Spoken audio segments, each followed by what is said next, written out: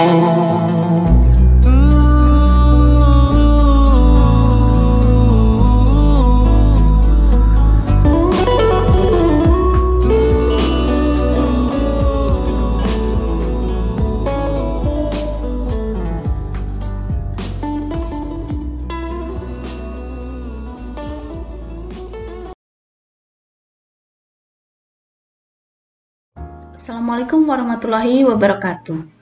Halo semuanya, ketemu lagi dengan saya di pembahasan sediaan cair semi padat. Bagaimana kabarnya hari ini? Mudah-mudahan dalam kondisi sehat, masih setia stay di rumah, ya, WFH, SFH, apapun itu, mudah-mudahan nggak bosan dan nggak jenuh, ya. Ini demi kepentingan kita bersama.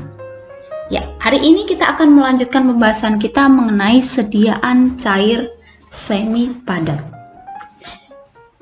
Kalau di pertemuan sebelumnya kita sudah bahas mengenai sediaan suspensi. Nah, kali ini kita akan fokus ke sediaan semi padat. Biasanya kalau kita berbicara tentang sediaan semi padat, ya, kita akan langsung terfikir pada krim, kemudian salep, dan kawan-kawan. Ya, benar.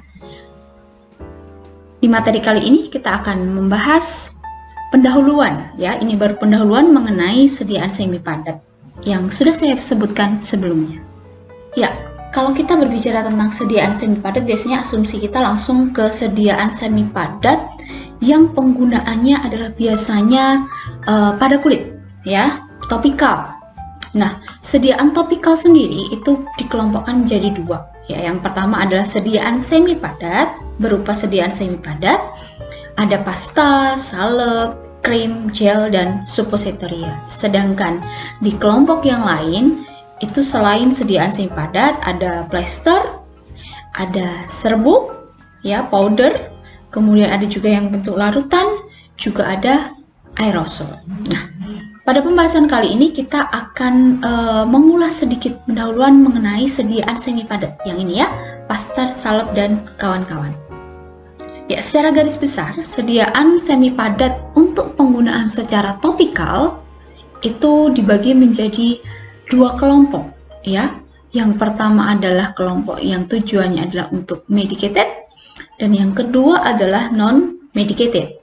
Kalau medicated berarti dia harus mengandung zat aktif yang berkhasiat, ya. Jadi biasanya ada kandungan zat aktifnya yang tujuannya adalah untuk pengobatan. Nah, sedangkan untuk non-medicated itu dibagi menjadi dua kelompok besar, yaitu adalah protective action, jadi aksinya adalah melindungi, dan juga yang punya fungsi sebagai kosmetik. Kalau kosmetik pasti sudah tahu, ya, bahwa sebagian besar kosmetik yang ada atau yang kita kenal itu biasanya ada dalam bentuk sediaan semi padat. Misalnya ada krim, ya, ada gel, dan kawan-kawan. Sedangkan berdasarkan tujuan penggunaannya, ada yang sediaan semi padat yang dipakainya adalah topikal tapi akan memberikan efek lokal. Sedangkan yang lainnya bisa memberikan efek sistemik. Jadi kalau efek lokal berarti efeknya itu akan ada di tempat sekitar aplikasi. Jadi efeknya di sekitar tempat aplikasi atau tempat penggunaan. Sedangkan yang mempunyai efek sistemik, jadi walaupun digunakannya di atas kulit, pada permukaan kulit, tetapi dia bisa memberikan efek secara sistemik, jadi tidak masuk ke dalam peredaran darah, ya. Yang biasanya yang kita kenal itu adalah sediaan transdermal. Ini nanti ada pembahasan sendiri mengenai sediaan transdermal. Oke, untuk tempat penggunaannya, sediaan semi padat ini biasanya digunakan di area tubuh bagian luar, ya. Untuk penggunaan topikal berarti di area tubuh bagian luar, biasanya pada kulit, kemudian pada mata atau membran mukosa mata, kemudian telinga bagian luar, rektum, vagina, dan juga uretra. Kita akan berbicara sedikit mengenai karakteristik ideal sediaan semi padat, ya. Sebenarnya seperti apa sih sediaan semi padat yang ideal itu harusnya seperti apa? Ya, ada 3 karakter. Ya, yang pertama adalah karakteristik fisik. Jadi kalau kita berbicara mengenai karakteristik fisik, berarti kita melihat penampakan atau wujud dari bentuk sediaan, ya. Karakteristik fisik yang pertama itu idealnya adalah sediaan semi padat harusnya teksturnya halus, kemudian wujudnya itu elegan. Elegan itu artinya warnanya homogen misalnya, kemudian penampakannya bagus, ya, itu ya elegan. Kemudian non dehydrating atau tidak mendehidrasi. Kemudian non gritty itu seperti berpasir, jadi ada efek pasirnya kalau kita ambil lalu kita ratakan di jari kita saat pengambilan, itu harusnya adalah non gritty atau tidak berpasir, tidak memberikan efek seperti ada pasirnya. Kemudian non greasy itu tidak berminyak dan non staining itu sebenarnya tidak meninggalkan warna, ya, jadi harusnya tidak meninggalkan warna pada tempat pemakaian.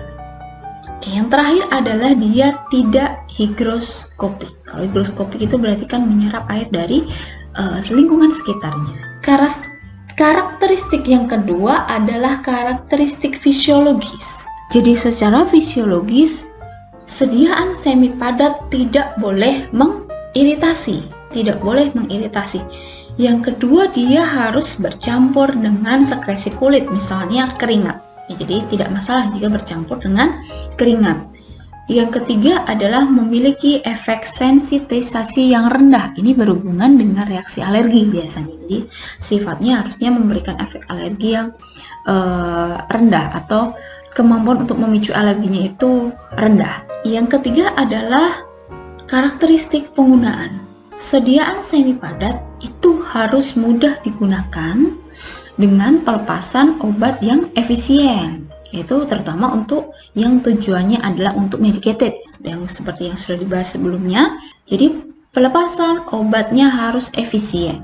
Kemudian yang terakhir adalah dia mudah dicuci dengan air. Ya, sediaan semi padat setelah diaplikasikan secara topikal harus mudah dicuci dengan air. Oke, kita akan masuk ke macam-macam sediaan semi padat topikal. Ya, ini kita di awal kita akan membahas 4 ini dulu. Itu pun hanya sekedar pengenalan dulu. Nanti ada chapter tersendiri untuk membahas masing-masing sediaan. Ya, sediaan semi padat topikal yang kita kenal sehari-hari, yang pertama pasti sudah kenal salep, pasta, krim, dan gel. Ya, ini sangat dekat sekali dengan kehidupan kita sehari-hari. Oke, yang pertama adalah sediaan salep. Nah, ini sudah ada beberapa contohnya ya. Ada sediaan salep yang mungkin salah satu atau salah 2 dari contoh di sini sudah pernah kita pakai mungkin secara tidak sadar ya. Mungkin dulu ya bilangnya adalah krim atau semua sediaan yang bentuknya seperti ini ya, bentuknya semi padat. Banyak orang bilangnya adalah krim, salep, pasta, sama aja semuanya. Padahal berdasarkan konsistensinya itu mempunyai penamaan yang berbeda-beda. Yang pertama adalah salep. Ini ada contohnya adalah salep 24. Saya rasa setiap mahasiswa farmasi pasti sudah pernah paling tidak sekali membuat salep 24 ya. Ini jadi dari sulfur dan juga asam salisilat. Kemudian ini ada salep 88 ya, terkenal sekali. Ini iklannya di TV, salep 88. Sampai sekarang, dari dulu sampai sekarang ini masih sangat terkenal. Kemudian ada salep kulit yang mengandung gentamisin sulfat ya, ini medicated juga. Kemudian ada salep untuk mata ya, mengandung erlamisetin. Salep mata mengandung chloramphenicol. Ya, karakteristiknya dari salep ini adalah berminyak. Coba kalau kita pernah melihat atau membuka salep 88 kemudian mencoba untuk mengambil sedikit dengan jari kita, kita akan langsung bisa menganalisis bahwa salep ini berminyak ya. Kemudian Ya, sediaan semi padat yang kita bahas penggunaannya adalah secara topikal. Salep 24, 88 dan ketamizin digunakan secara topikal, sedangkan erlamisetin digunakan di membran mukosa mata. Ya, tujuannya seperti sediaan semi padat pada umumnya bisa untuk pengobatan, bisa juga untuk proteksi. Nah, zat aktif di dalam salep itu bisa dilarutkan, kemudian bisa diemulsikan, atau juga disuspensikan tergantung sifatnya ke dalam basis. Jadi salah satu komponen utama dalam sediaan semi padat adalah basis. Zat aktif yang terdapat di dalam salep ini nanti akan dilarutkan, diemulsikan, ataupun disuspensikan ke dalam basis. Nanti akan kita bahas mengenai basis salep dan sediaan semi padat lainnya. Ya, kita lanjut ke sediaan selanjutnya, pasta. Kalau kita berbicara tentang pasta, pasti yang langsung terpikir adalah pasta gigi. Ya, pasta gigi ini udah dari zaman dahulu kala dan setiap orang pasti setiap hari menggunakan pasta gigi minimal 2-3 kali sehari. Oke. Tapi sekarang pasta gigi pun sudah banyak macam bentuk sediaannya ya. Ada yang memang masih pasta, ada juga yang dia bentuknya sudah dimodifikasi menjadi bentuk sediaan semi padat yang lain. Ya. Oke. Pasta ini konsistensinya padat karena biasanya mengandung porsi padatan yang dalam jumlah cukup banyak.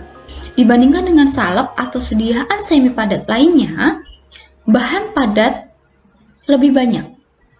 Jadi, dari sifat fisiknya, pasta ini lebih kental dan kaku dibandingkan dengan salep atau sediaan semi padat lainnya.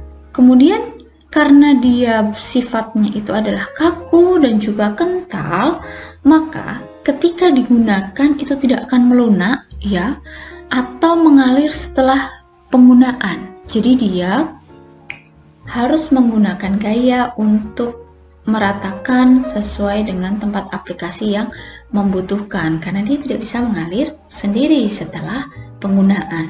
Ini contohnya sediaan pasta adalah pasta gigi ya. Ini pasti non-medicated. Kemudian ada juga Kenalog in Orabase. Ini biasanya untuk mengatasi sariawan ya, atau gangguan pada sekitar daerah mulut. Oke, kita lanjut ke sediaan yang selanjutnya, yaitu krim. Nah, kadang orang awam menyebut salep itu krim juga. Krim disebut salep, salep disebut krim. Atau semuanya, salep, krim gak ada beda, semuanya disebut krim. Oke lah, itu nggak masalah. Orang awam tidak masalah menyebut apapun itu. Tapi kita sebagai calon farmasis atau yang ada di bidang farmasi, kita harus, karena kita harus menyebut sesuai dengan bentuk sediaan yang pas atau yang tepat ya. Oke, krim. Mungkin ini yang lebih banyak berada di pasaran atau sering ditemui ya. Krim itu sebenarnya merupakan salep yang konsistensinya lebih lembut. Ya, lebih lembut dibandingkan sediaan salep. Dan biasanya berupa emulsi. Tipenya bisa water in oil atau oil in water. Nanti kita bahas. Untuk apa biasanya tipe water in oil, kemudian tipe oil in water, itu untuk tujuan yang seperti apa? Itu ada maksudnya. Oke, karena dia lebih lembut, kemudian konsistensinya dia lebih cair dibandingkan dengan salep ataupun pasta, dia lebih mudah diratakan. Jadi ketika penggunaannya lebih mudah diratakan, kemudian lebih ringan efeknya, dan juga lebih mudah dihilangkan dibandingkan dengan sediaan salep ya. Apalagi terutama yang tipenya adalah OW, ini mudah sekali dicuci dengan air ya. Ini ada beberapa contoh ya. Beberapa contoh sediaan krim yang biasa kita temui di pasaran. Contohnya ini Kalpana Krim, ini terkenal sekali ya, Kalpana Krim. Kemudian ada Diaperas Krim, ini biasanya untuk ruam popok ya. Kemudian yang cewek-cewek ini pasti semuanya, hampir semua ya, kenal dengan produk ini ya. Ini ada moisturizing cream ya, ada intensive moisturizing cream. Moisturizer berarti punya efek dia melembutkan ya. Jadi ini tujuannya adalah untuk tadi cosmetic function ya. Ada yang medicated, kemudian non medicated, itu ada protection, juga ada untuk cosmetic function. Nah, ini contohnya yang untuk cosmetic function ya. Oke. Yang terakhir adalah sediaan gel. Oke. Ini kemarin heboh sekali ya, kalau bisa kita ingat-ingat kembali awal kemunculan COVID-19 di Indonesia. Ini langsung permintaannya sangat luar biasa. Iya, hand sanitizer ya, yang kebanyakan adalah bentuknya dalam bentuk sediaan gel. Kemudian ada gel aloe vera yang kemudian dibuat sebagai salah satu bahan untuk membuat hand sanitizer homemade. Nah, artinya semua orang bisa bikin sendiri hand sanitizer ya, dengan tentu saja yang dengan petunjuk yang disarankan oleh Badan POM atau WHO ya, menggunakan salah satunya adalah bisa menggunakan gel aloe vera. Nah, ini contohnya gel aloe vera, ini bentuknya gel, kemudian ada juga gel hand sanitizer. Kemudian kalau yang untuk medicated, kita pasti semuanya mengenal yang paling terkenal ini, saya rasa belum menemukan ya, jarang sekali pesaingnya. Ini Bioplacenton gel ya, jelly untuk luka bakar ya. Oke. Ya, gel itu merupakan suspensi koloid sebenarnya. Suspensi koloid berair dari obat yang tidak larut, namun dia terhidrasi. Nah, apa itu? Nanti kita bahas di pembahasan gel tersendiri nanti ya. Kemudian kalau bisa dilihat, ini dia transparan. Ya, gel itu mempunyai karakteristik fisik ya yang transparan, kemudian tidak berminyak. Berbeda dengan salep yang dia berminyak ya. Kalau gel ini dia tidak berminyak. Kemudian dalam gel dan jelly, granul-granul yang ada tadi kan suspensi koloid. Kalau suspensi koloid berarti ada partikel padat yang tersuspensi ya. Mungkin dia bentuknya dalam salah satunya dalam bentuk granul. Itu biasanya akan berkaitan dengan erat dengan medium dispersi. Jadi ada partikel terdispersi dalam medium dispersi karena prinsipnya adalah suspensi. Oke, nanti kita bahas tersendiri mengenai pembahasan gel ini. Tadi ada sediaan salep, pasta, kemudian krim, dan juga gel. Nah, sebenarnya apa sih komponen penyusun sediaan semi padat? Apakah keempatnya tadi berbeda? Ya, secara umum komponen penyusun sediaan padat baik salep, pasta, krim, dan gel itu terdiri dari dua komponen utama, yaitu active ingredient dan non-active ingredient, atau kita bisa sebut excipient ya. Nah, untuk active ingredient ini biasanya mengacu pada tujuan pengobatan. Jadi ada zat aktif di dalam sediaan semi padat.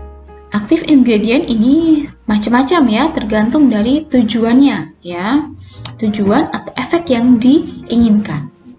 Nah, yang kedua adalah non-active ingredient atau excipient. Oke, excipient ini untuk sediaan semi padat bisa terdiri dari berbagai macam komponen penyusun. secara umum ada beberapa ini ya, ini secara umum. Yang pasti harus ada adalah basis. Basis ini ada pengelompokannya ya, diklasifikasikan. Basis itu ada basis hidrokarbon, basis anhidrous, basis absorpsi, basis tercuci, dan juga basis terlarut. Kemudian ada surfaktan, fungsinya untuk mengurangi tegangan antarmuka. Jadi dua macam zat yang tidak bercampur, karena dalam sediaan semi padat itu juga menggunakan prinsip dari emulsi dan suspensi. Kemudian ada powders, kemudian ada humectant atau pembasah, kemudian ada thickening agent itu pengental, kemudian ada buffer, ada penetration enhancer. Biasanya penetration enhancer ini digunakan untuk sediaan topikal yang mempunyai efek sistemik. Misalnya di sediaan transdermal ya, biasanya akan ditambahkan penetration enhancer. Kemudian ada skin moisturizer ya, karena sediaan semi padat yang digunakan untuk topikal biasanya ada tambahan zat aktif agar memberikan efek yang melembutkan atau melembabkan. Kemudian ada parfum, ini tidak harus. Kemudian ada pewarna. Jadi ada beberapa eksipien yang sifatnya adalah tidak wajib ya, atau opsional. Ya, opsional, tidak semua bentuk sediaan semi padat harus menggunakan semua eksipien yang ada di sini. Tetapi yang wajib ada adalah basis. Nah, karena basis merupakan salah satu komponen utama dari sediaan semi padat, maka kita akan bahas mengenai basis pada sediaan semi padat pada pertemuan selanjutnya. Oke, terima kasih atas perhatiannya. Mudah-mudahan bermanfaat pengantar mengenai sediaan semi padat ini. Terima kasih.